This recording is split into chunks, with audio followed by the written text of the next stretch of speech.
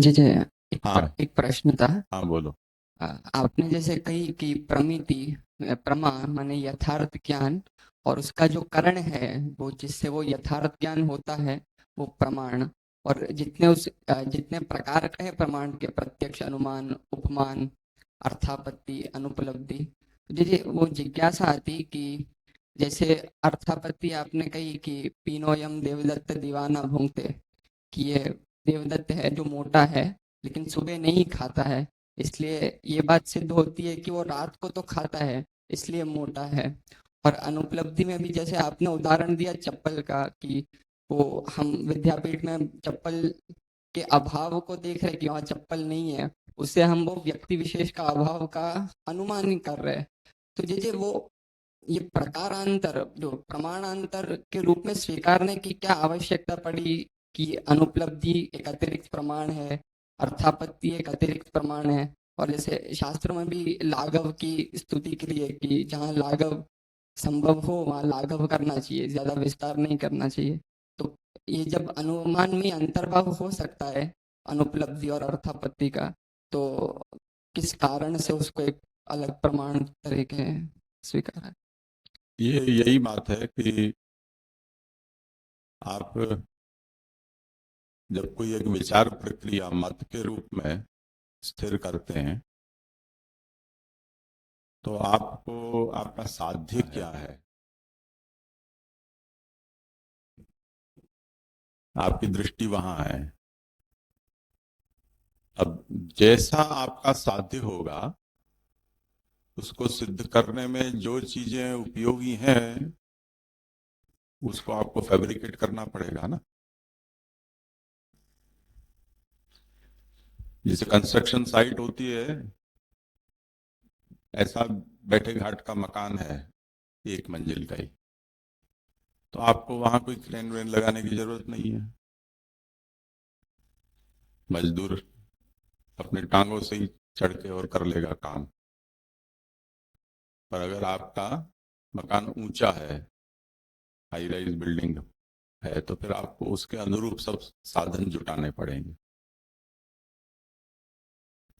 इसी तरह जितने भी मतवाद हैं, उन्होंने गणित की तरह, ये मतवादों को बनाने वाले कम होते हैं, पर साध्य को पहले निश्चित करके और पूरी सिस्टम डेवलप करने वाले ज्यादातर होते हैं। यानी आप पहले एक प्रक्रिया में उलझो, उलझते जाओ, और अंत में आपको जो हासिल हो वो आपका मत। ये एक प्रक्रिया है। जैसे गणित में, अकाउंटिंग में, उत्तर क्या है वो तो आपको पता नहीं है। आपके पास जो भी डेटा है, वो जमा उधार ये वो जो भी हो, उसको आपको उसकी जगह पर एंट्री उसकी डालते जाना है। उसके अंत में जो रिजल्ट आएगा वही रिजल्ट माना जाएगा। आपको केवल ये देखना है कि उसके बीच में जो भी जोड़ तोड़ है वो अ, उसके नियम के अनुसार की गई है, यानी उसकी इफेक्ट वहां दे रहे हैं कि नहीं दे रहे हैं, इतना ही आपको देखना है। तो सोचा समझा हुआ परिणाम तो होता नहीं है इसमें। पर जब कोई प्रमेय आपका सिद्ध है, उसको आपको समझना है। समझने के लिए आपके पास जो भी संसाधन है उसका आपको उपयोग करना है, क्योंकि अलौकिक तो आपके पास कुछ है नहीं। तो जो उपलब्ध है उससे आपको करना है, तो आपको उसी में कुछ जोड़ तोड़ करना पड़ेगा। तो अब जैसे तार्किकों ने, खास करके जिसका हमने नास्तिकोच्छेद में विचार किया था, उनका ये उद्देश्य था कि हमें किसी भी तरह से किसी कीमत पर आत्मा, परलोक, ईश्वर, ये सब हमको नहीं चाहिए। इसको हमें सिद्ध नहीं होने देना है। तो उन्होंने अपनी कुल्लेबंदी किस तरह से की कि जिससे भी कुछ अतीन्द्रिय सिद्ध होता हो उसको प्रमाण के रूप में स्वीकार करो, तो ये झंझट हो ना पैदा। तो उन्होंने अपने सिस्टम में प्रमाणों की संख्या में से प्रत्यक्ष के अलावा और सबको कैंसिल कर दिया, और कुछ प्रमाण होते ही नहीं है, प्रत्यक्ष मात्र प्रमाणवादी, ऐसे किया उन्होंने। अब तार्किकों को ऐसा लगा कि नहीं, ऐसा थोड़ी है कि जो कुछ भी है वो भूत भौतिक ही है, आत्मा भी तो होती है।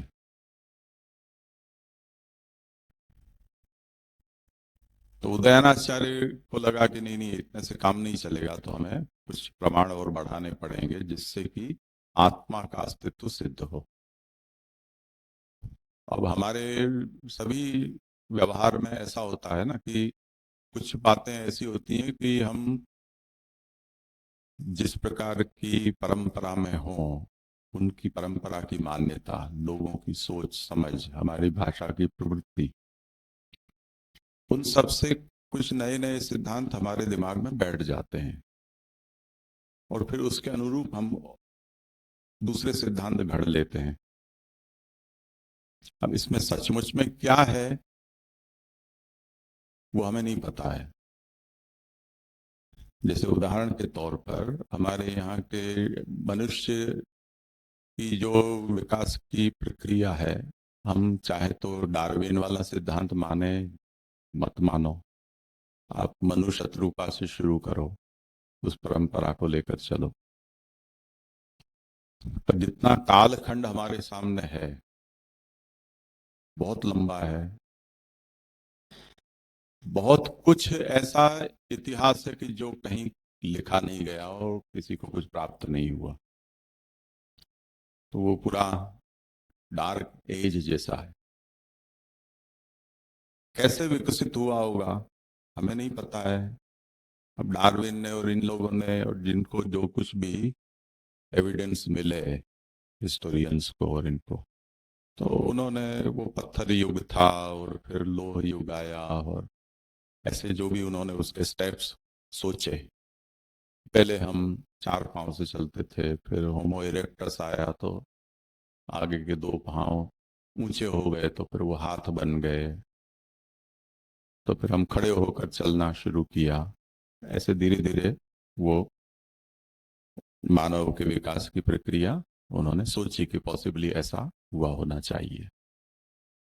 पहले हमने पत्थरों को हथियार के रूप में उपयोग किया, पीछे हड्डियों को किया, लकड़ियों को किया, फिर किसी काल में जब हमने व्हील चक्कर जैसा बनाना शुरू किया तो मोटर फंक्शन वाले भी सब उपकरणों का उपयोग किया। जब स्टेबल हमारी लाइफस्टाइल थी तो हम लोगों ने खेती वेती चालू की। पहले हम यायावर थे तो खेती संभव नहीं थी, एक जगह रहना शुरू किया तो फिर खेती शुरू की। ऐसे करके और वो मानव के विकास की प्रक्रिया बताते हैं। अब ये इस प्रक्रिया में मनुष्य कभी एकाकी था, स्वतंत्र था, जैसे बंदर आदि होते हैं, पशु पक्षी होते हैं। फिर परिवार वाला हुआ।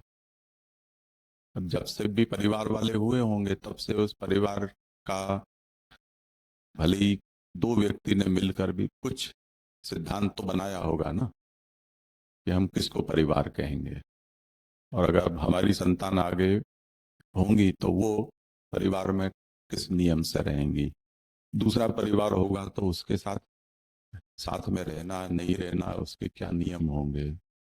तो शास्त्र प्राप्त हुआ होगा या नहीं होगा, पर कुछ तो नियम समाज होने के कारण अलिखित भी कुछ तो नियम होंगे ही। जैसे पशु पक्षियों में कहाँ लिखित नियम होते हैं, पर कुछ तो नियम उसमें भी हम खोज लेते हैं। अब ये हमारी जो परंपरा है वो हमें शास्त्र प्राप्त हुआ उससे भी पुरानी हो सकती है। शास्त्र हम नित्य मानते हैं सभी शास्त्रों को, पर नित्य भले हों पर सदा आविर्भूत नहीं होते थे। वो जब जो शास्त्र प्रकट होता था, जिनको प्राप्त होता था उन्हीं को होता था, नहीं हुआ उनके लिए वो तिरोभूत ही हैं। तो सबको सब कुछ शास्त्र प्राप्त नहीं होता है। आज भी आम्बेडकर का कानून बना के चला गया, पर भारत के अंदर अभी भी करोड़ों लोग होंगे कि जिनको कानून के बारे में कुछ पता नहीं है, वहाँ उनका इम्प्लीमेंटेशन भी नहीं है, वो अपने ही कानून से रहते हैं वो समाज के लोग। तो आज इतना जब विज्ञान और दूरसंचार इतने पावरफुल हो गए तब भी ये स्थिति है, तो उस जमाने में तो सैकड़ों साल तक, पीढ़ियों तक लोग अपने गांव को छोड़कर कहीं जाते भी नहीं थे, तो वहां वो सब चीजें पहुंची हो ऐसा हम नहीं सोच सकते हैं। तो लोग जीने के लिए जितनी भी आवश्यकताएं थी, जो नियम थे, वो नियम स्वयं बनाते थे और पालते भी थे। वो तो इतने रूढ़ हमारे अंदर हैं कि 20-25 हजार वर्ष से वो कोई एक जीवन शैली और नियम चल रहे हैं, वो आज भी हमारे शास्त्रीय परंपरा के साथ वो बुन चुके हैं। अब उसमें से शुद्ध शास्त्रीय क्या है और लोक प्राप्त क्या है, उसका पृथक्करण कर पाना बहुत मुश्किल है आज की तारीख। तो धर्मशास्त्र इत्यादि में भी जो वर्णन हमको धर्म नियम के रूप में प्राप्त होते हैं, उनमें भी शुद्ध शुद्ध ईश्वर आज्ञा से ऋषियों के द्वारा कहा गया क्या है, और जो चला आ रहा है उसका केवल अनुवाद मात्र, पुनरुच्चार मात्र कर दिया है, वो क्या है उसका विभाजन कर पाना संभव नहीं है। इतना होच पोच है ये। अब हम शास्त्र के नाम पे ये कह देते हैं कि मनुस्मृति में ऐसा लिखा है, कैसा करो, पर मनुस्मृति ने उसको धर्मतया कहा है या जो चला आ रहा है उसकी याद उसको आई, उसको यहाँ उसने प्रसंगवश डाल दिया है, ये कौन तय करेगा? मुश्किल है उसको कर पाना। तो मनु के नाम पे हम उसको धर्म नियम मान लेते हैं, या भागवत के नाम पर हम उसको भगवद आज्ञा मान लेते हैं। तो महाप्रभु हमको समझाते हैं ना कि इसमें तो अभी मतांतर भी है। सबको भागवत के नाम पर समाधि भाषा में नहीं खपाया जा सकता है, तो मतांतर को मतांतर के रूप में लेना पड़ेगा, उसको भागवत सिद्धांत के रूप में आप कैसे कह सकते हो? तो इस तरह से ये ऐसा होच पोच है। अब जो मत हम प्रस्तुत कर रहे हैं, ये बात कैसे शुरू हुई कि हम हमारे पास उपलब्ध जो डेटा है उसको प्रोसेस करके निर्णय पर पहुंच रहे हैं, या सिद्ध जो है उसको सिद्ध करने के लिए जो आवश्यक है वो मेथड को आप कंस्ट्रक्ट कर रहे हो? ये दो पद्धति है। तो अब हमें आज की तारीख में भी, जैसे हमने एक पारिवारिक संस्था हमारी है, उसके हमने कुछ नियम बनाए। भारत का कानून हमको एक अलग नियम बनाकर देता है, हमारा धर्म परंपरा हमको कुछ अलग नियम बनाकर देती है, और हम जिस मानव सभ्यता का भाग हैं, इतनी यात्रा करके आए हैं, वो कुछ न कुछ नियम को लेकर ही यहाँ तक पहुंचे हैं, जो अभी तक वो कैरी फॉरवर्ड हो रहे हैं। अब इसमें हमें सोचना क्या है कि किस प्रमाण को कितना वजूद देना, ये अब हमको सोचना है। जैसे इस समय पुरुष प्रधान समाज प्राय अभी व्यवहार में है, कानून बहुत कोशिश कर रहा है कि ये धारणा टूट जाए। अब कानून सबको समान दर्जा देने की कोशिश में बना तो जा रहा है एक के बाद एक कानून, पर लोगों में उसकी स्वीकृति अभी उतनी नहीं है, क्योंकि बेटी अभी ब्याह के ससुराल जाती है, बेटा ससुराल अभी तक जाना शुरू नहीं हुआ है। अब बेटी और बेटा के चक्कर में अभी एक तीसरा जेंडर और है जो कह रहा है कि फिर हमारा क्या होगा, आपने पुरुष और स्त्री में ही समाज को बांट दिया, हम कहाँ जाएंगे? तो एक तीसरा स्वर और है। तो अब आपको तीसरा विकल्प अब अपना माथा उठा रहा है, और वो अब कह रहा है कि हमको जगह दो, हमको न्याय दो, हमारे लिए कुछ कानून करो, कुछ मान्यता मिले, ऐसा करो। तो अब नया डेटा मिला तो उसको प्रोसेस करके एक नया सिद्धांत बनाओ। तार्किकों ने ये कहा कि बिना आत्मा के या बिना चेतन के सृष्टि की पूरी व्याख्या कर पाना संभव नहीं है। तो आपको प्रत्यक्ष प्रमाण से एक बाहर आकर जिससे आत्मा की सिद्धि हो सके ऐसा एक और प्रमाण आपको स्वीकारना चाहिए। तो उन्होंने जोर लगाकर अनुमान को डाल दिया इसमें। उनकी आवश्यकता अनुमान के लिए ये थी। अब जो वैयाकरण है, शब्द का चिंतन करते हैं, उन्होंने क्योंकि शब्द के साथ ही पूरा जीवन बिताया है तो उनको सब कुछ शब्दात्मक ही समझ में आता है। तो महाभूत महाभूत कह के जो नास्तिक हैं, चारवाक हैं, वो भूत भौतिक ही सृष्टि होती है ये सोच रहे थे। उतने में वैयाकरणों ने ये कहा कि ये सब बातें फिजूल हैं, जो कुछ भी हो शब्द से ही।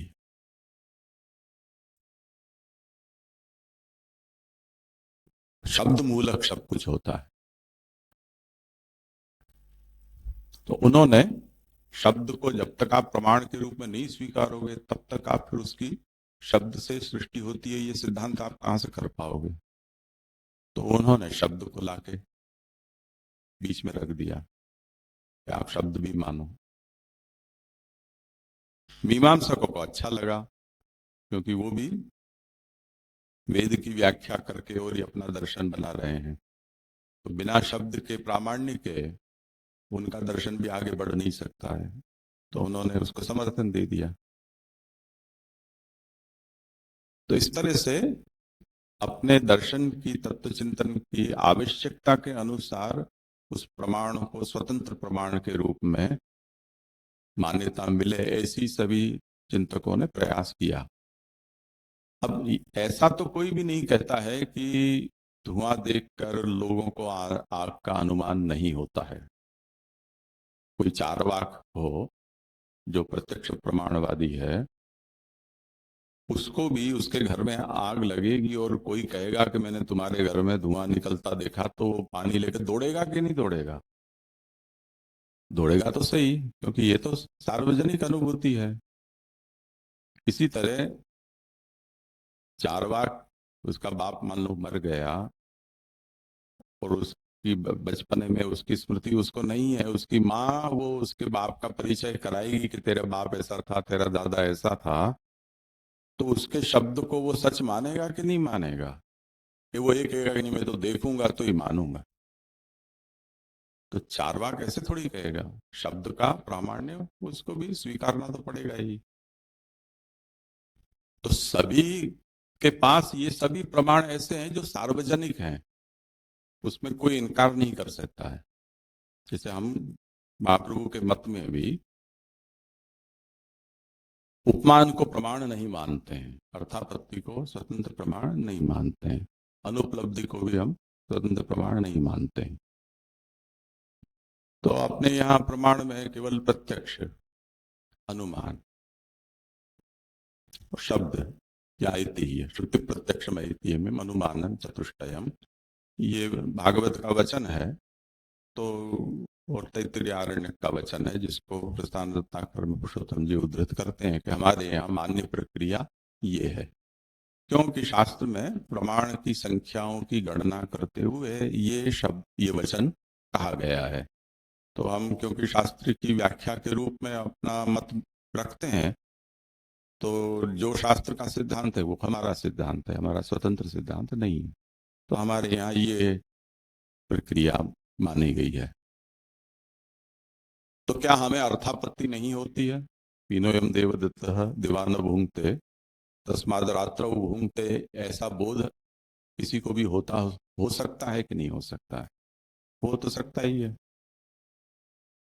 तो अर्थापत्ति से हमें भी कुछ पता तो चलता ही है, पर हम उसको स्वतंत्र प्रमाण न मानकर हम उसको अनुमान इत्यादि में उसका अंतर्भाव मान लेते हैं।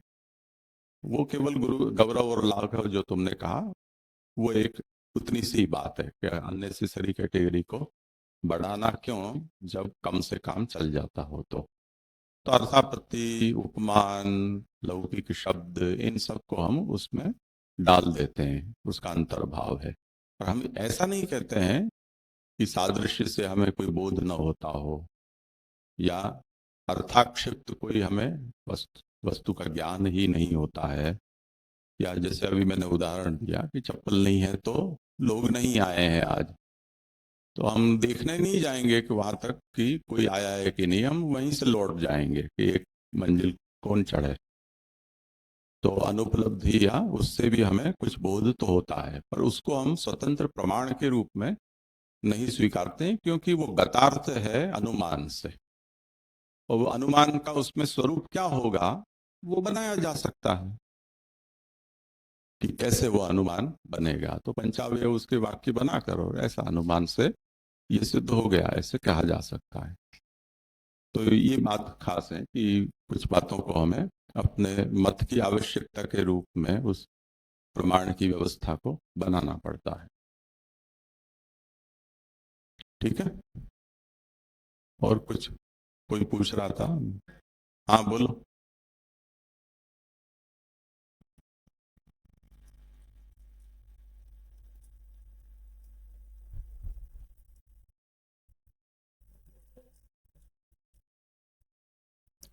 फोन चालू कर लो।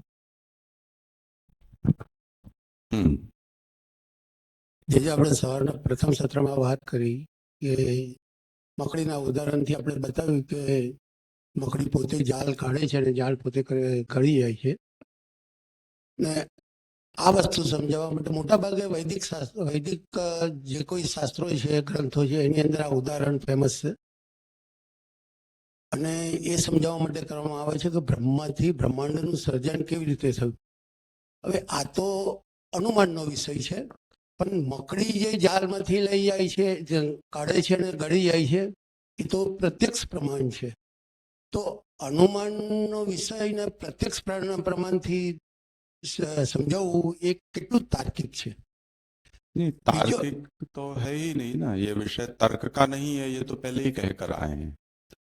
तर्कातीत विषय है और अलौकिक होने से इसलिए उसको तर्क से नहीं समझाया जाता है, श्रुति वचन से ये बात समझाई जाती है कि जिस श्रुति ने हमको ब्रह्म का ज्ञान कराया कि ब्रह्म जैसी कोई वस्तु है जो जगत करता है, अगर श्रुति से ये पूछो कि ब्रह्म अकेला जगत को कैसे बना सकता है जब ब्रह्म के अतिरिक्त और कुछ नहीं है, तो श्रुति हमको हमें जो प्रत्यक्ष उदाहरण उपलब्ध है आत्म सृष्टि का, उस उदाहरण से समझाती है कि जैसे मकड़ी अपने से ही जाला बना लेती है और उसमें रहती है, उस तरह से ब्रह्म अपने से ही जगत सृष्टि करता है और उसमें क्रीड़ा करता है। तो ये तर्क का विषय नहीं है. बीजो प्रश्न है, प्रथम प्रकरण छेल्ला श्लोक में गटलाल कहू के पठन ने मनन करो. ब्रह्म विद्या विषे अथवा ब्रह्मनी जिज्ञासा माटे पठन અને मनन करिए ने त्यारे એટલું બધું મન ચક્રાવે ચડતું હોય છે અને એનું સમાધાન શોધીએ તો થોડા 5-10 શબ્દ જ એવા છે કે જેનાથી આપણને સમાધાન આપે છે કે વિરુદ્ધાશ્રય, તિરોભાવ, લીલા, માયા, આ બધા શબ્દો બધા જે આ બધા ધર્મમાં માનીએ છીએ એનો જે આપણે શબ્દનો અર્થ કરીએ છીએ. કોઈ દાખલા તરીકે 100 સેન્ટીગ્રેડ ઉષ્ણતામાને પાણી બાષ્પીભવન થઈ જાય, એ તો બધાને ઇન્ટરનેશનલ માનીએ છીએ, પણ આપણા ધર્મની અંદર વૈદિક સિવાય પણ બીજા કોઈ એવું માન્ય છે કે તિરોભાવનો અર્થ શું થાય કે લીલાનો અર્થ શું થાય એ લોકો માન્ય કરે છે? नहीं, ऐसा है कि कौन क्या मान्य करता है या क्या मान्य नहीं करता है, उससे हमारी जिज्ञासा अगर शांत होती हो तो हमको पहले उस उन्हीं से पूछना चाहिए कि आप इन मेरी जिज्ञासा का समाधान कर दें, तो फिर शास्त्र को पूछने की जरूरत नहीं है. हमें इससे क्या संबंध है कि कौन क्या मानता है, हमारी जिज्ञासा शांत होती है कि नहीं होती है, ये मुख्य मुद्दा है ना. जैसे हम भोजन करते हैं, वो भोजन करने पर हम डकार आती है, अच्छा लगा हमको, पेट भर गया, हमारा शरीर है वो, उसको पुष्टि भी प्राप्त हुई। तो आप अगर संतुष्ट हो रहे हैं तो आपके लिए वो पर्याप्त है। फिर आपके पड़ोसी क्या खा रहा है या अमेरिका में कौन क्या खाता है, उससे उसका पेट भरता है कि नहीं, इस वहां तक जाने की हमको क्या आवश्यकता है। अगर वो कोई योगी है, वो बिना खाए पिए भी तंदुरुस्त रहता हो, तो आप करके देख लो। तो आपकी अगर उससे भूख संतुष्ट हो जाती है या आपका शरीर उससे निर्वाह हो जाता है, तो वैसा कर भी किया जा सकता है।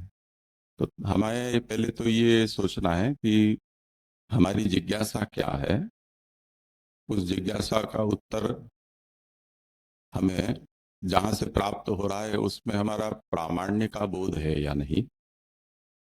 यदि उसमें हमें प्रामाण्य का बोध नहीं है, तो जिसमें प्रामाण्य का बोध हो रहा हो उससे उस जिज्ञासा को शांत करने का प्रयास करना चाहिए।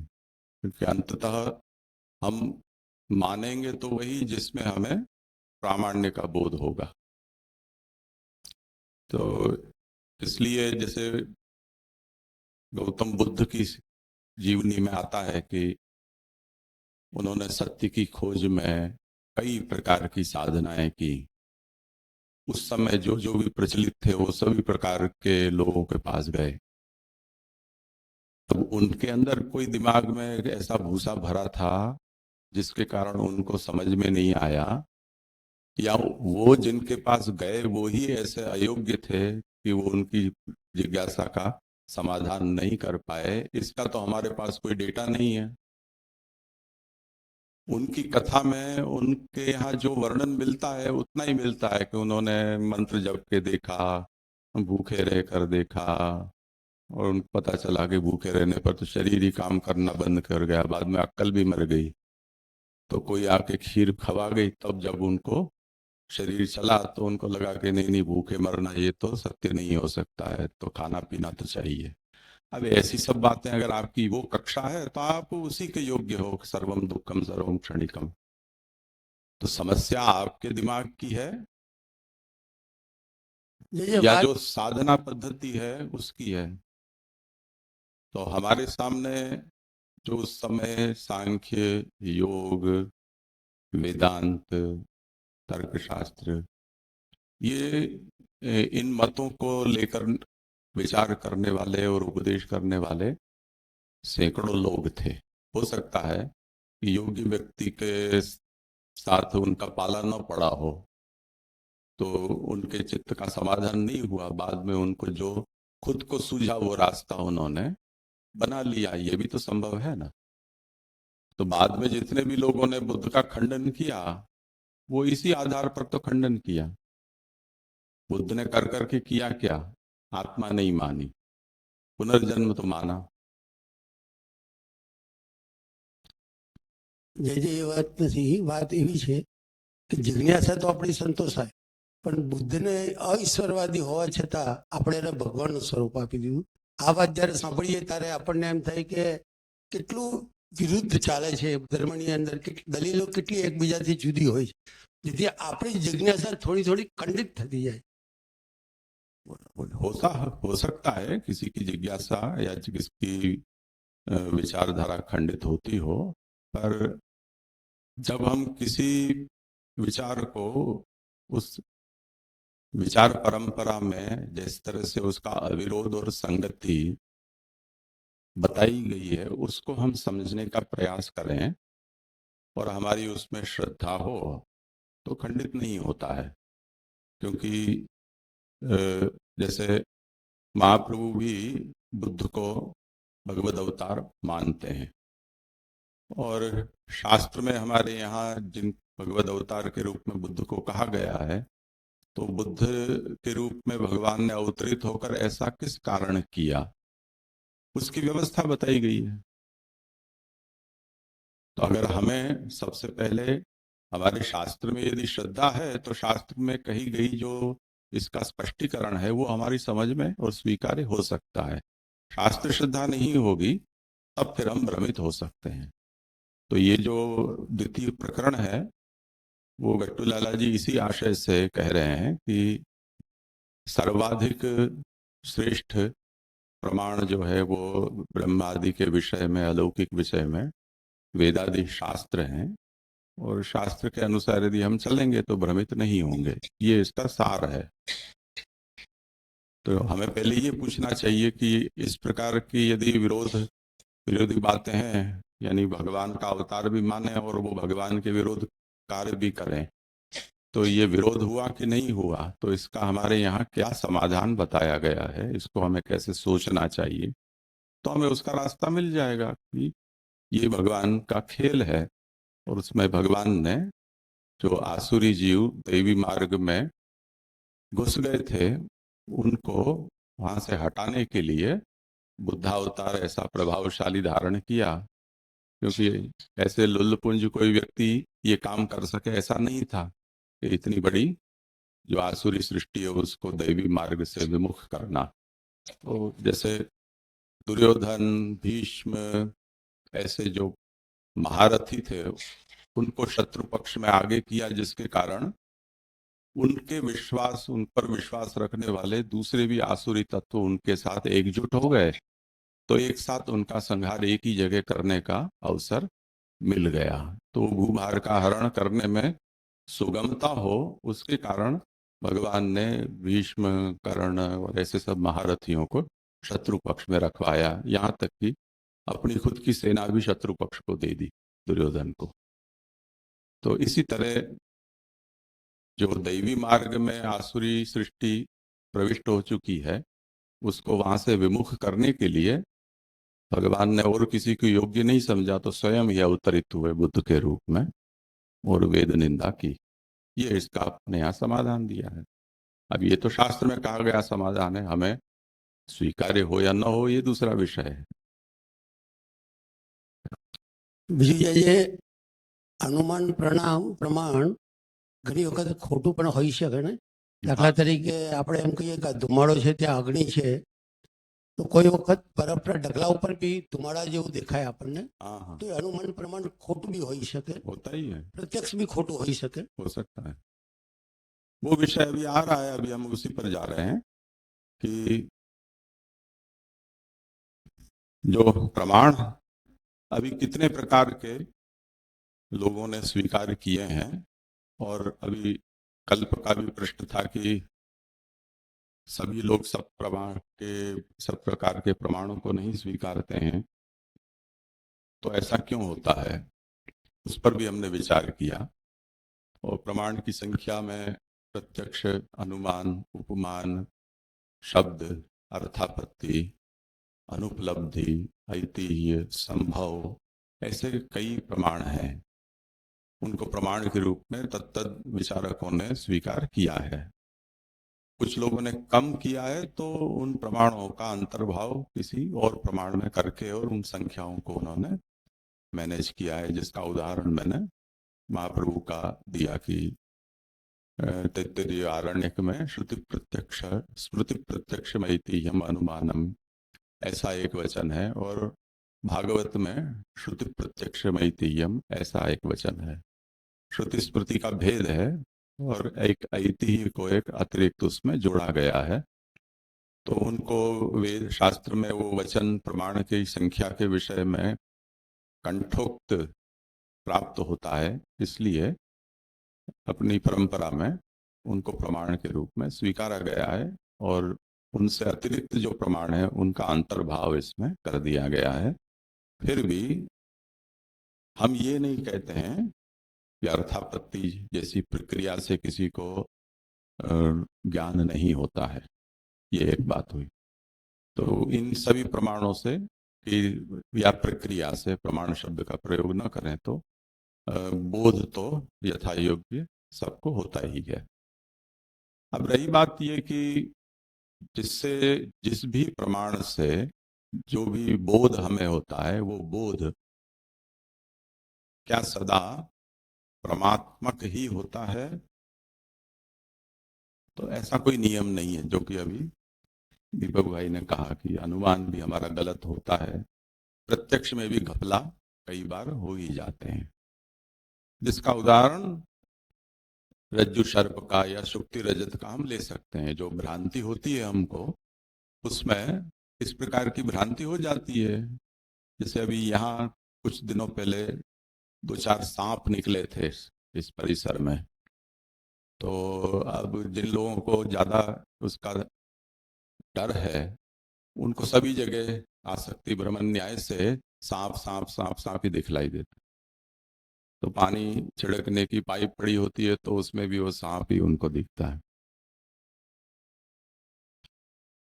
तब दिन में भी किसी को सांप दिखाई दे जाए तो क्या करना?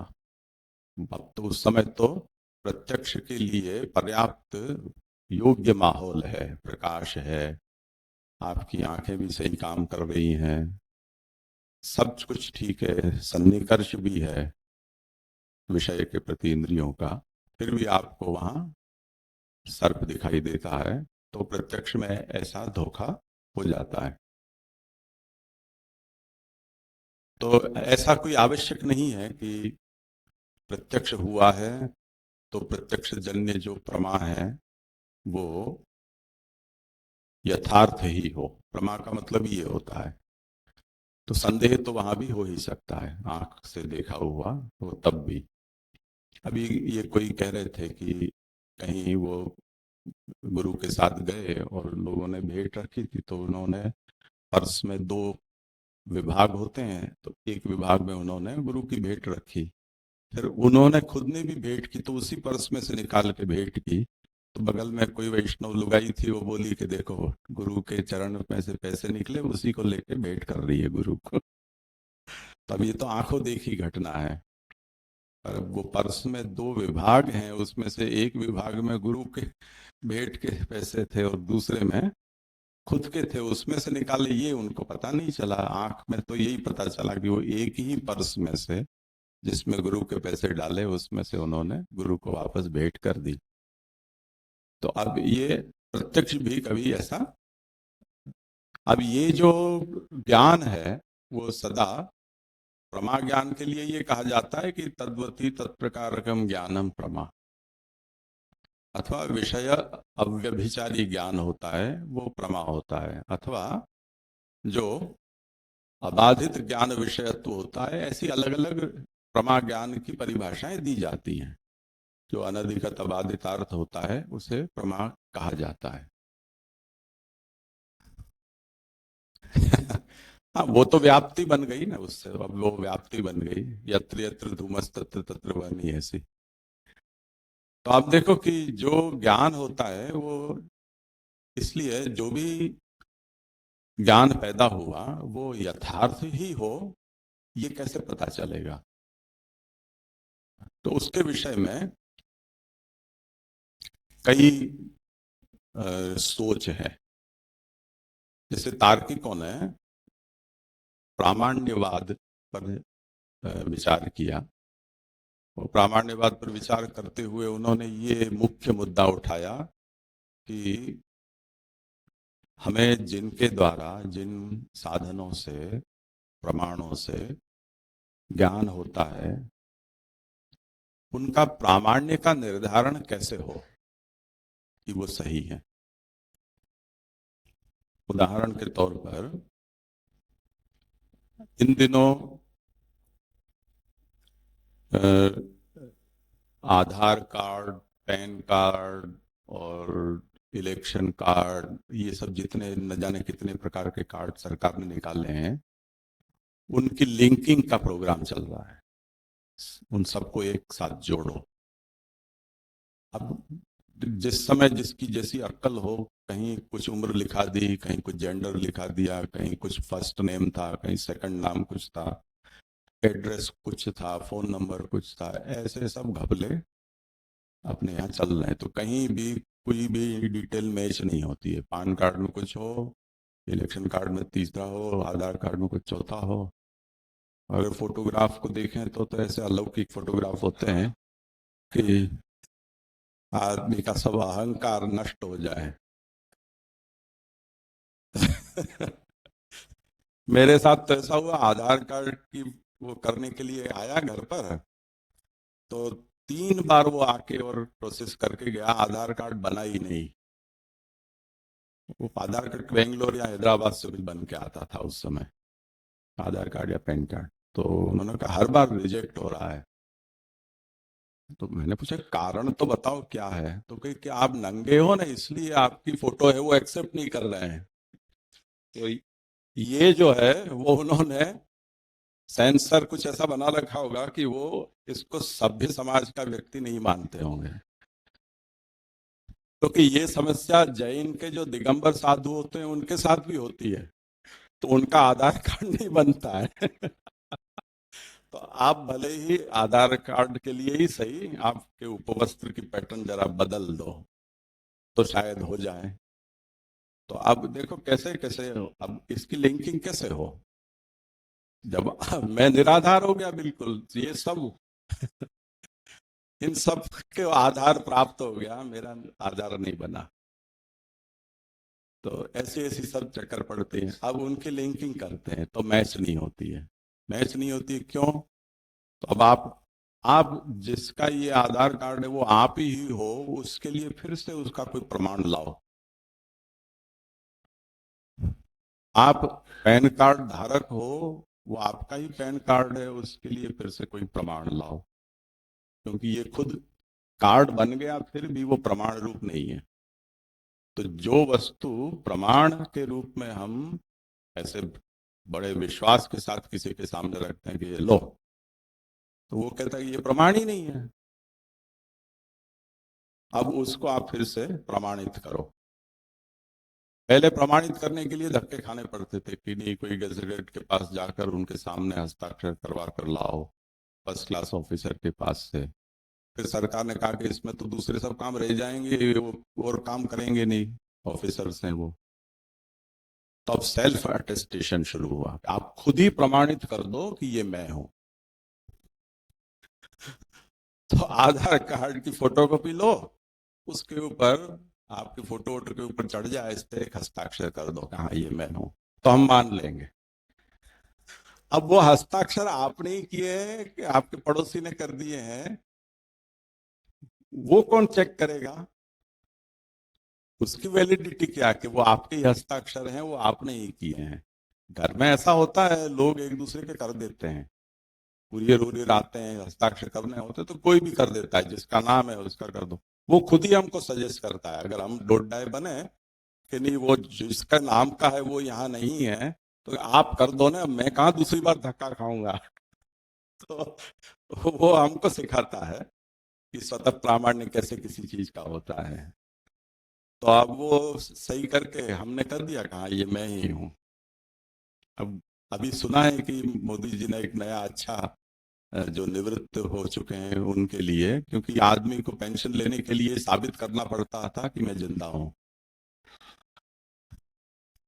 तो वो उसके लिए बेचारे को इतने धक्के खाने पड़ते थे, पेंशन रुक जाती थी। अब सरकार ने ये कानून बनाया है कि जो डाक विभाग है वो आपके घर पर आकर वो वेरिफिकेशन कर जाएगा और आपका पेंशन रुकेगा नहीं। अब देखो कि आप जिंदा हो, उसके लिए आप प्रमाण रूप नहीं हो, जिंदा होने का आपको प्रमाण देना पड़ता है। तो हर चीज का प्रत्यक्ष का भी प्रमाण नहीं है, क्योंकि वो जो विंडो पर बैठा है या टेबल पर बैठा है उसने तो आपको देखा, और जो महकमा है जिसमें वो पूरी फाइल चलेगी उसने थोड़ी आपको देखा है। वो फाइल में आप साथ में तो जाते नहीं हो जिंदा, उसमें तो आपका जीवित होने का सर्टिफिकेट ही जाएगा, तो ही आप माने जाओगे कि आप जिंदा हो। तो अब ये कुछ विवशता भी है इसमें। तो जैसे भारत सरकार ने ये कहा कि अब आप खुद ही अपने हस्ताक्षर कर दोगे तो वो सेल्फ अटेस्टेड, वो सेल्फ एविडेंस माना जाएगा कि हाँ ये आपका है। ये देखो स्वतः प्रामाण्य है। अब ये स्वतः प्रामाण्य भी संतोषकारी तो नहीं है, चैलेंजेबल तो रहेगा ही। अगर कोई विवाद खड़ा होगा तो ये प्रश्न खड़ा हो सकता है कि कहीं सिग्नेचर आपने कैसी की है, कहीं आपने छोटी इनिशियल मार दी। जो बहुत लोग बहुत हस्ताक्षर करते हैं उनके साथ ये समस्या होती है, वो इनिशियल बनाते हैं, हस्ताक्षर अलग होते हैं। वो इनिशियल छोटे से होते हैं, हस्ताक्षर लंबे चौड़े होते हैं। पहले मैं भी ऐसे लिखता था, तो वो उसने कहा कि नाम નથી લખવાનું, સહી કરવાની છે। अब मैंने कहा मेरे हस्ताक्षर ही ऐसे हैं, पूरा नाम लिख देते हैं ऐसे हैं, तो वही मेरा हस्ताक्षर और वही मेरी सिग्नेचर है। तो वो यूं सोच रहा था कि मैं समझ नहीं पा रहा हूँ, सिग्नेचर करनी है उसकी जगह मैं अपना नाम लिख रहा हूँ, first name, second name, third name. तो इतनी तो उसमें खाने में जगह भी नहीं होती थी, अक्षर बाहर निकल जाते थे। तो अब देखो कि किसी वस्तु को प्रमाण मानना, आप बहुत फुर्सत में हो, ऐसे जॉली मूड में हो, माथे पर कोई भार नहीं है दूसरे काम का, तो आप चैलेंज करते जाओ करते जाओ करते जाओ। पर जब आप थक जाओ तब फिर आपको कहीं ना कहीं रोकना पड़ता है कि ठीक है अब जो है सो सही है। तो सरकार भी थक गई, उन्होंने कहा कि आप ही अपने आप को प्रमाणित कर दो कि हाँ ये मैं हूं। इसको स्वतः प्रामाण्य कहा जाता है।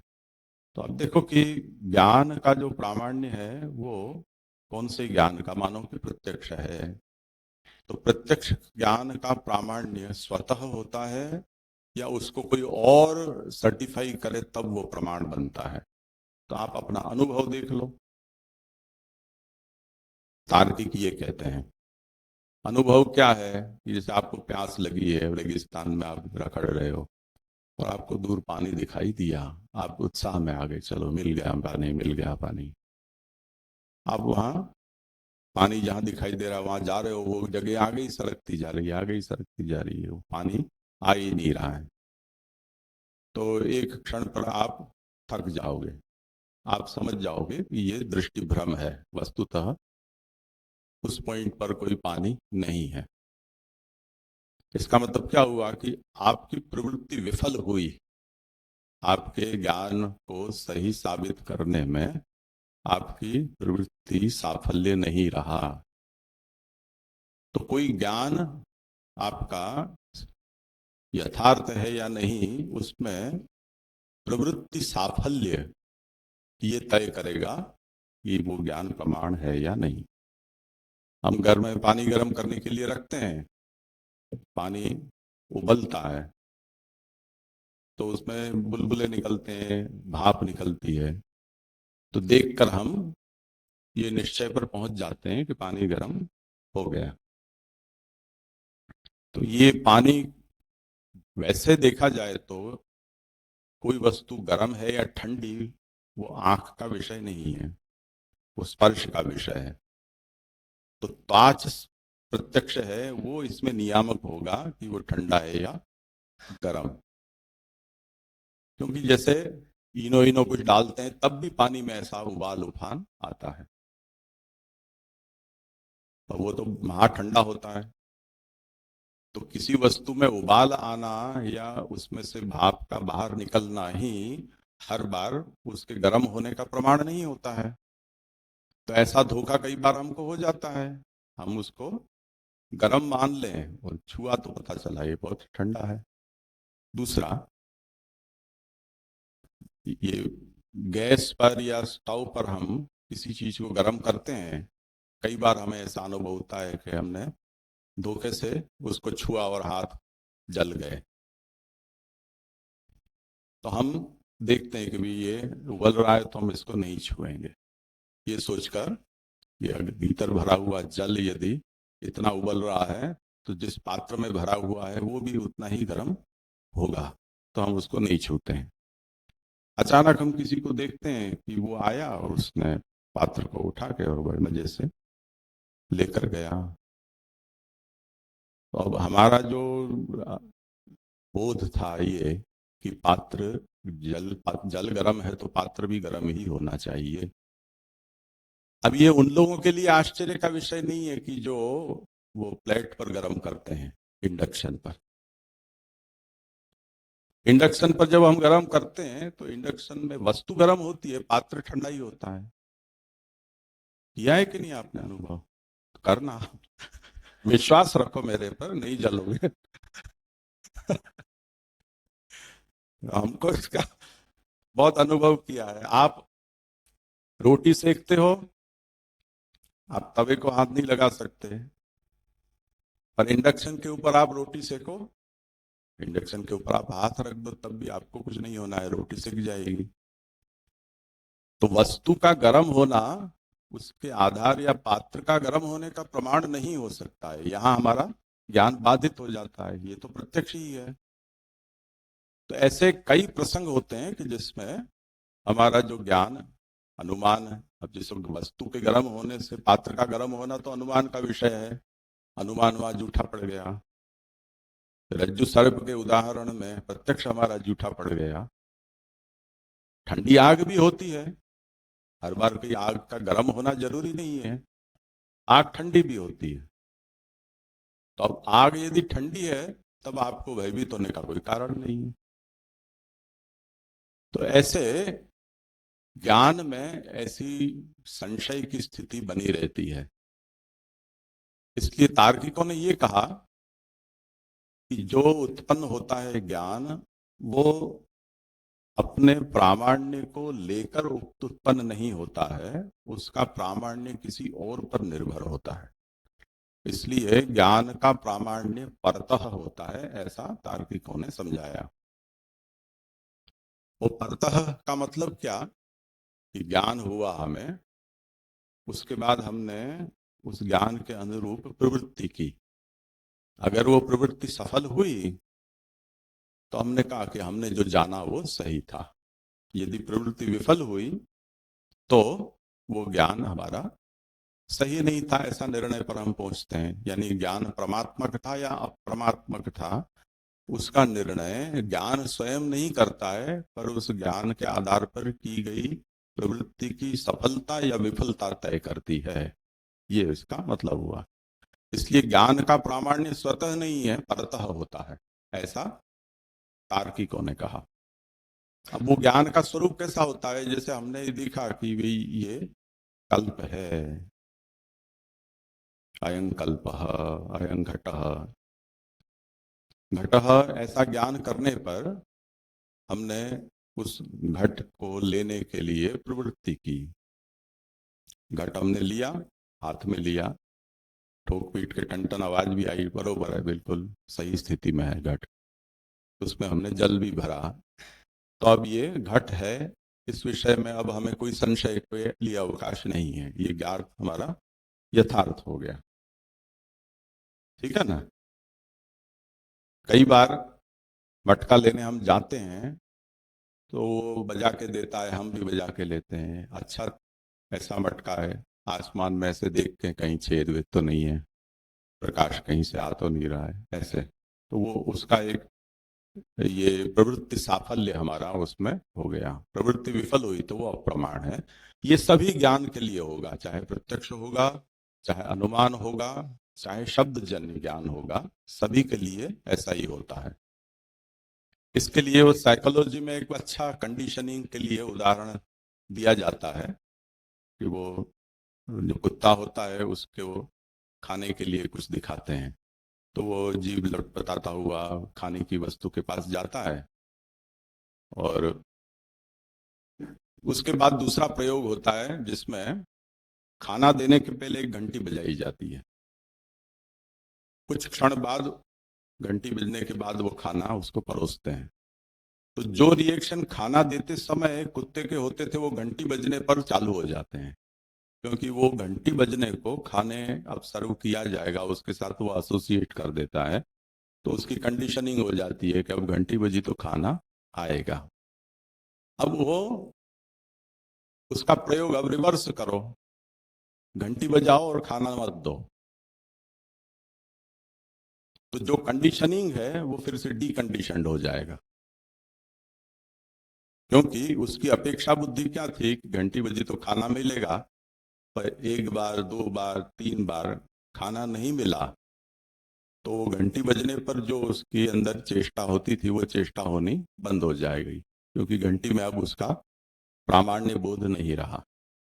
अब ऐसा अनियमित रूप से करोगे, कभी घंटी के बाद दो खाना, कभी मत दो, तो घंटी पर वो भरोसा करना छोड़ देगा।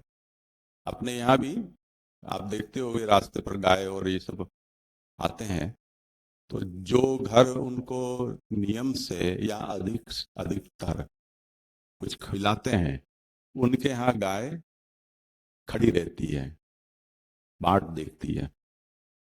संभव हो तो कुछ चिल्लाती है या दरवाजे को माथा वाथा मार के और हमको इंटीमेट भी करती है। और जो घर से कुछ नहीं मिलता है वहां से वो निकल जाती है। कई बार ऐसा होता है कि हम बाहर गांव चले गए हो, इतने दिन उनको नहीं दे पाए, तो कुछ दिन तक उसका उत्साह बना रहता है, पर प्रवृत्ति विफलता होने पर उसको वो प्रामाण्य बोध नहीं रह जाता है कि अब यहाँ से कुछ मिलने वाला नहीं है, तो निराश हो जाती है। तो प्रवृत्ति साफल्य, तो तार्किक ये कहते हैं कि ज्ञान का जो प्रामाण्य होता है वो ज्ञान में नहीं है पर प्रवृत्ति साफल्य में है। इसलिए ज्ञान का जो प्रामाण्य होता है वो स्वतः नहीं होता है पर परतः प्रामाण्य होता है। ये उनका सिद्धांत है। ये महाप्रभु को मान्य नहीं है, ये केवल दीपक भाई ने जो प्रश्न छेड़ा और आगे का जो विषय आने वाला है उसके साथ जुड़ी हुई बात है, वेदों के प्रामाण्य के विषय में, इसलिए मैं उसकी ये भूमिका बांध रहा हूं। अच्छा, तो अब अप्रामाण्य कैसा होता है? अप्रामाण्य होने का कारण क्या है? तो उस पर वो बताते हैं कि एक परिस्थिति ये है कि ज्ञान जिनसे पैदा होता है उसमें कोई दोष हो।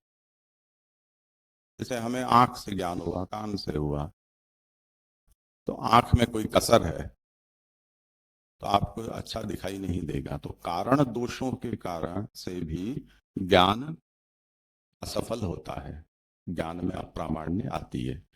बड़ी उम्र हो गई, अब कुछ का कुछ सुनने लग जाए आदमी, तो कान से सुने जाते जो शब्द हैं उसमें भी प्रामाण्य नहीं रहता है।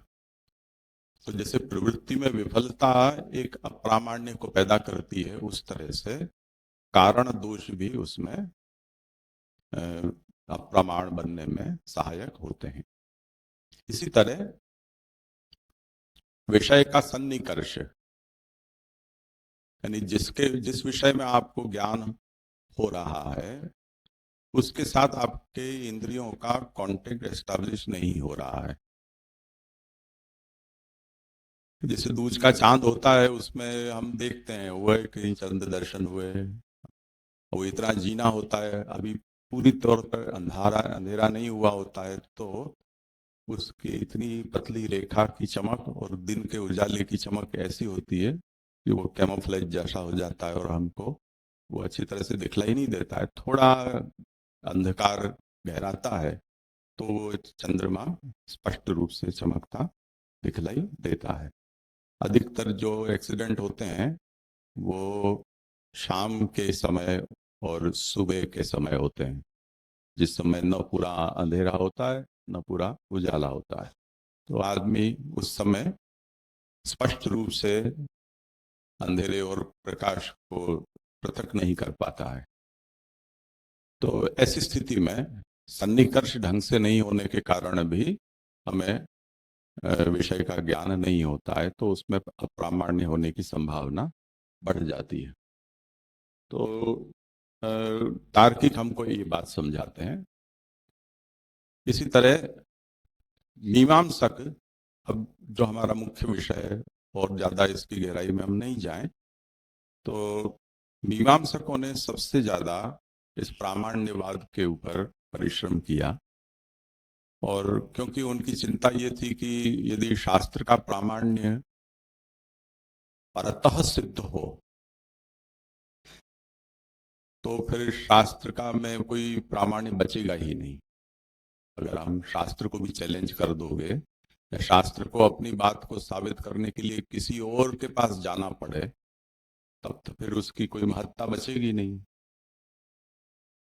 तो मीमांसकों ने इस दिशा में बहुत परिश्रम किया और उन्होंने कहा कि शास्त्र को तो किसी तरह से बचाना ही है। तो शास्त्र को हमें कभी भी परतः उसका प्रामाण्य है ये हम साबित नहीं होने देंगे। शास्त्र तो स्वतः ही प्रमाण होते हैं। अब शास्त्र को आप स्वतः प्रमाण कहोगे और दूसरे प्रमाणों को आप अलग रख दोगे तो वो तर्क में जोर नहीं आएगा। या तो सभी प्रमाण में आप ये कहो कि स्वतः होते हैं, या सभी को ये कहो कि वो परतः होते हैं। ये तो स्वतः है और शास्त्र का प्रामाण्य स्वतः है और अन्य प्रमाण का परतः है। ऐसी जो अर्धचरती है वो तो तार्किकों के सामने नहीं टिक पाओगे, वो तो चीर देंगे आपको। तो मीमांसकों ने ये स्टैंड लिया कि किसी भी प्रमाण का प्रामाण्य परतः होता ही नहीं, वो ज्ञान स्वतः ही प्रमाण होता है। ये उन्होंने एक्सट्रीम स्टेप लिया। ये भाट्ट मीमांसक, कुमारिल भट्ट के संप्रदाय के और प्रभाकर गुरु के मत के, उन दोनों ने यही मत लिया कि ज्ञान का प्रामाण्य स्वतः होता है। अगर अब स्वतः प्रमाण होता है तब प्रश्न ये होगा कि जो तार्किकों ने उदाहरण दिए विफल होने के, उसकी व्याख्या आप कैसे करोगे? तो उन्होंने, तार्किकों ने ये मत लिया था कि जैसे ज्ञान का प्रामाण्य परतः होता है, उसी तरह ज्ञान का अप्रामाण्य भी परतः ही होता है। ऐसा तार्किकों का सिद्धांत था। यानी जिन प्रमाणों से ज्ञान पैदा होता है उससे उसका प्रामाण्य पैदा नहीं होता है, परंतु प्रामाण्य सफल प्रवृत्ति के आधार पर तय होता है कि ये ज्ञान सही है कि नहीं।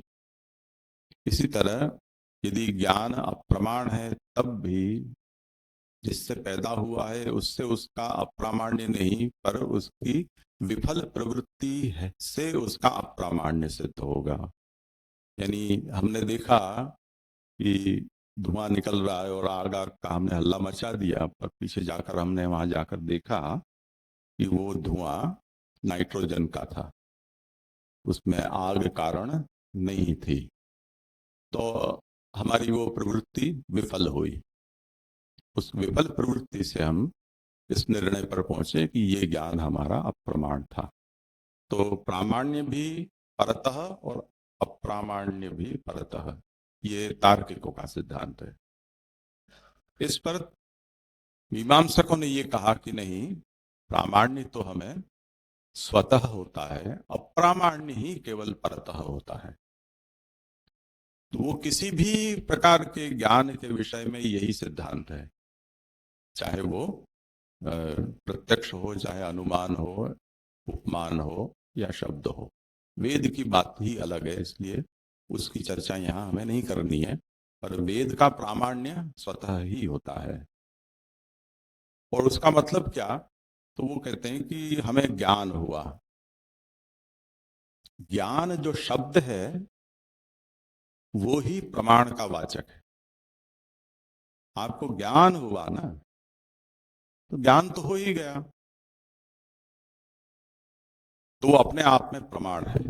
और दुनिया में जितने लोगों की जो भी प्रवृत्तियां होती हैं वो उस ज्ञान के बल पर ही होती है। और वो जो ज्ञान है वो सही है, यही सोचकर सबकी प्रवृत्ति होती है। आप ये कहते हो ना कि प्रवृत्ति सफल होगी तो वो प्रमा मानेंगे, नहीं तो अप्रमा मानेंगे। पर आप घर के बाहर पांव निकालते हो, वो इतना तार्किक सोचकर निकालते हो कि मैं पांव रखूंगा और मैं फिसलूंगा नहीं। ऐसा सोचकर आप पांव बाहर रखते हो क्या? आप तो पहले से ही सोचकर निकले हो कि मुझे जाना है। ऐसे भी लोग होते हैं कि जो चप्पल भी पहने या अपने पलंग से पांव नीचा रखें तब भी वो कुछ सांस, नाक देखते हैं कौन सी नाक चल रही है, ये चंद्र नाड़ी चल रही है या सूर्य नाड़ी, वो वाला पांव आप जमीन के ऊपर रखोगे। ऐसे चिकने लोग होते हैं दुनिया में। पर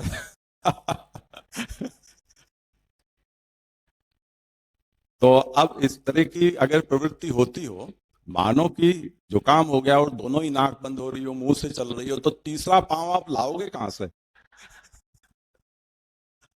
तीसरा पांव आप कहां से लाओगे? तो ये बड़ी विकराल समस्या है। पर सामान्यतया इस तरह से किसी की प्रवृत्ति नहीं होती है। हमारे यहाँ ऐसे हमारे परिचय में ऐसे लोग हैं कि जो, जैसे आप लोग बड़ौदा आते जाते हो, सप्ताह में 4 दिन 5 दिन आते जाते हो, ऐसे वो मांडवी से भुज जाते तो पहले वो चौगड़िया देखते।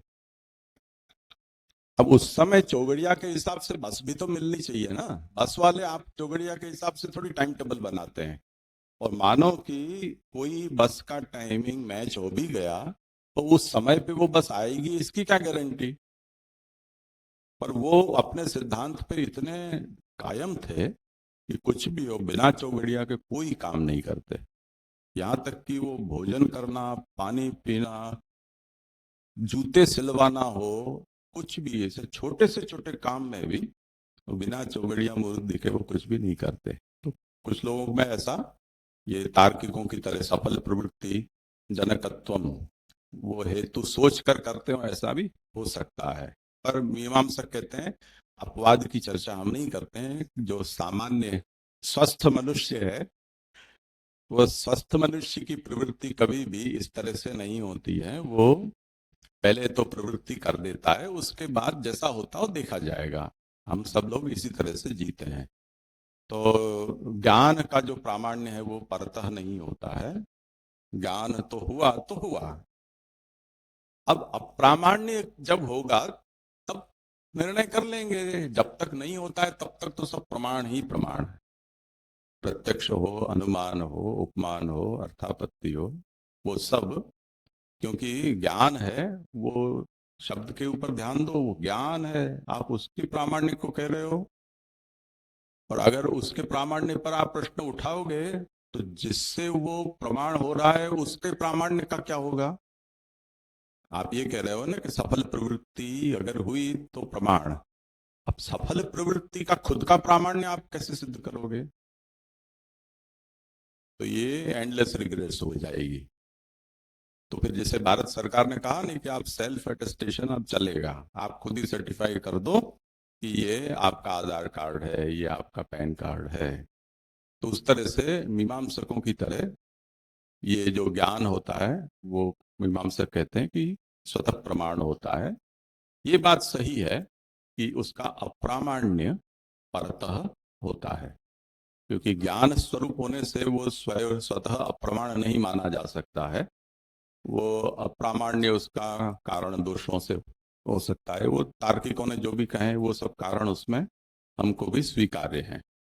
अब जहां तक वेद का प्रश्न है तो उस पर मीमांसक अब ये कहते हैं कि वेद का प्रामाण्य स्वतः होता है, अप्रामाण्य का कोई प्रसंग ही खड़ा नहीं होता है।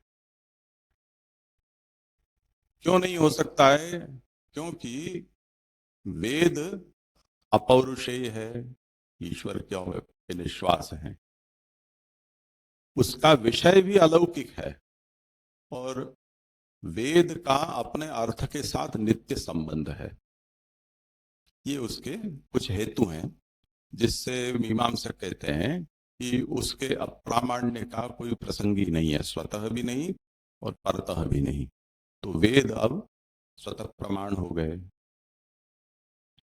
अब जो हितेन भाई ने कुछ प्रश्न पूछे थे, अब उस स्लाइड में अब आपको ये सोचना है कि जब वेद का स्वतः या परतः अप्रामाण्य विचारणीय ही नहीं हो सकता है, वो अलौकिक विषय हैं, ईश्वर के निश्वास रूप हैं, वेद के शब्द का अर्थ के साथ नित्य संबंध होने से वो स्वतः प्रमाण है। अब वो जो स्वतः प्रामाण्य है वो स्वार्थ में प्रामाण्य है, ऐसा इसका अर्थ समझना है। वेद का जो प्रामाण्य है वो स्वार्थ में है, इसका मतलब ये होता है कि स्व विषय में प्रामाण्य। वेद जो है वो लौकिक विषय का निरूपण करने के लिए प्रकट नहीं हुए हैं, अलौकिक विषय का निरूपण करने के लिए ये वेद शास्त्र प्रकट हुए हैं। इसलिए वेद का जो मुख्य रूप से निरूप्य विषय है वो अलौकिक है। अलौकिक विषय में वेद का प्रामाण्य स्वतः है।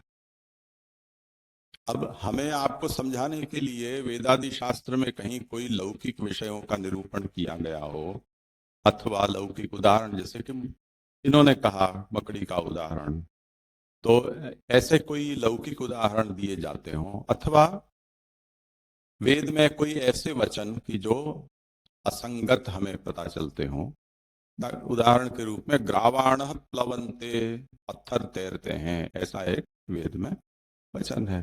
तो हमें ये लगता है कि ये वचन है वो प्रत्यक्ष विरुद्ध है, पत्थर कैसे तैर सकता है। पर मीमांसक कहते हैं कि ये सभी यथार्थ हैं और इनका प्रामाण्य स्वतः है। अब ग्रावाण प्लवंते ऐसा कैसा संभव है, तो आप जाकर सेतुबंध रामेश्वर में श्री राम के पुल को देख लो, तो ग्रावाण प्लवंते ये वचन सत्य है कि नहीं वो आपको समझ में आ जाएगा। तो इस तरह से वेद का वचन, वेद जो है वो उनका प्रामाण्य स्वार्थ में स्वतः होता है और उसका अप्रामाण्य होने का कोई प्रसंग ही नहीं है, क्योंकि वेद से प्रबलतर अन्य कोई ऐसा प्रमाण नहीं है कि जिससे वेद के प्रामाण्य का खंडन हो सके। तो वो जो बोला सो सिद्धांत, वो यदि विरुद्ध लगता हो तब भी वो सिद्धांत है, ऐसा प्रामाण्य वेद का निरंकुश है, ऐसा मीमांसकों ने सिद्ध किया। और यही बात आगे महाप्रभु के वचनों का जब उपन्यास ये कर रहे हैं प्रमाण के स्वरूप का निर्धारण करने के लिए, वेदा श्री कृष्ण वाक्यानि, उसके आवरण भंग में पुरुषोत्तम जी ने ये सब शास्त्रार्थ लिखा है। आज तो अब इतना समय नहीं रहा है, तो कल उस विषय को देखेंगे और इस विषय में, आज के विषय में कुछ चर्चा हो तो चर्चा भी कल करेंगे। तो आज यहाँ विराम रखते हैं।